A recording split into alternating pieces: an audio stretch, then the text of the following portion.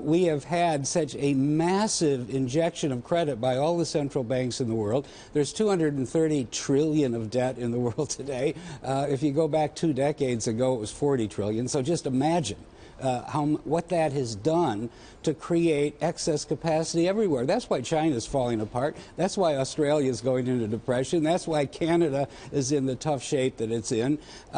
We have kind of a morning after economy that the central banks are not prepared to deal with. They know one thing. If the only tool you have is a hammer, everything looks like a nail.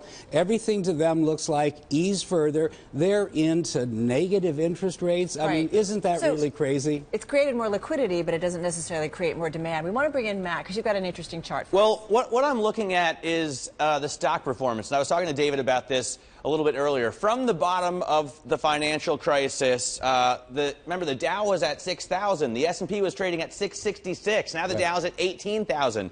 Stocks here in purple, gold here appropriately in gold, and cash appropriately in green. You can see that stocks have outperformed these assets since the end of basically the end of the financial crisis. Why, if everything's so bad, have equities done so well?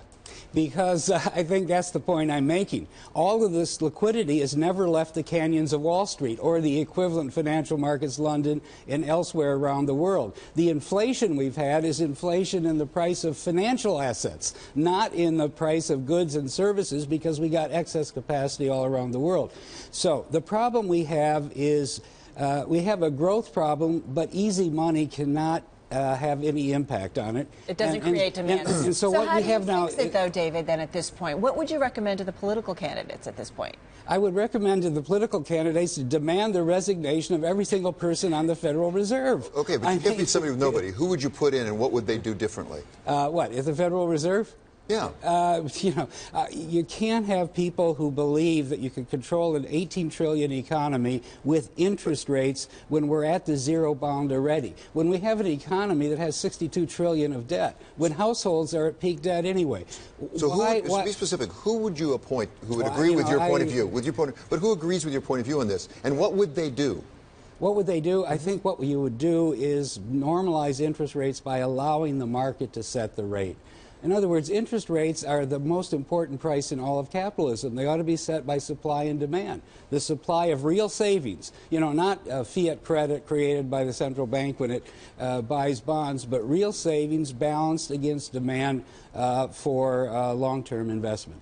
And I think interest rates would be a lot higher, and also they would move around and they would adjust as economic conditions changed. Right now we have monetary central planning. They're pegging the interest rates, they're setting the prices, they're distorting, falsifying. Where should rates be today, then, in your view? Well, the inflation rate on a year-over-year basis is 2.2% on core CPI. So you can't have negative money market rates for 90 months. So I would say they should be 3 or 4% in the money market, and the yield curve ought to go from there.